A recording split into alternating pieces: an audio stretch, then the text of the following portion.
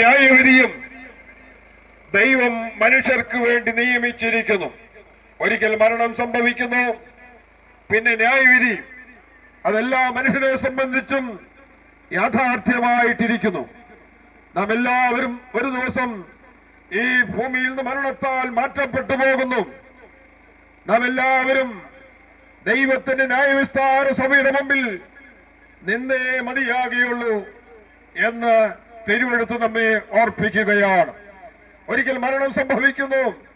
എന്തുകൊണ്ട് നാം മരണത്തിനടിമയായിത്തീരുന്നു, മരണത്തിന് വിധേയപ്പെടുന്നു എന്നുള്ള ചോദ്യത്തിന്റെ മറുപടിയായി തിരുവെഴുത്തിന് മറുപടി പറയുന്നത് ഇപ്രകാരമാണ്: മനുഷ്യവർഗം പാപികളായതുകൊണ്ടാണ് മരണത്തിന് വിധേയപ്പെടുന്നത്. പാപത്തിന്റെ ശമ്പളമാണ് മരണം എന്നാണ് തിരുവെഴുത്ത് നമ്മെ ഓർപ്പിക്കുന്നത്. എല്ലാവരും ഒരു വ്യത്യാസവുമില്ല.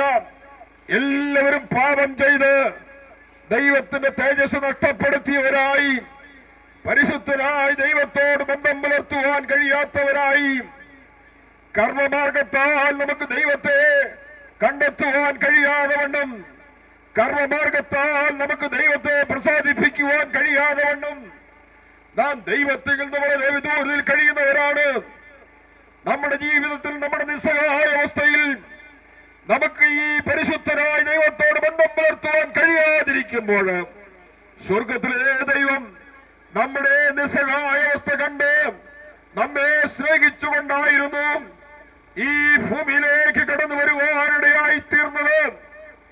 ഈ ഭൂമിയിൽ ജീവിച്ച് 33 തിരുവയസ്സിൽ കാൽവരിയിലെ ക്രൂശിന്മേൽ മരിച്ച് അടക്കപ്പെട്ടുയർത്തെഴുന്നേറ്റത് ദൈവം നമ്മെ സ്നേഹിച്ച സ്നേഹത്തിന്റെ പ്രദർശനമാണ് എന്നുള്ളതാണ് നമുക്ക് തിരുവെഴുത്തിൽ കൂടെ മനസ്സിലാക്കുവാൻ സാധിക്കുന്നത്.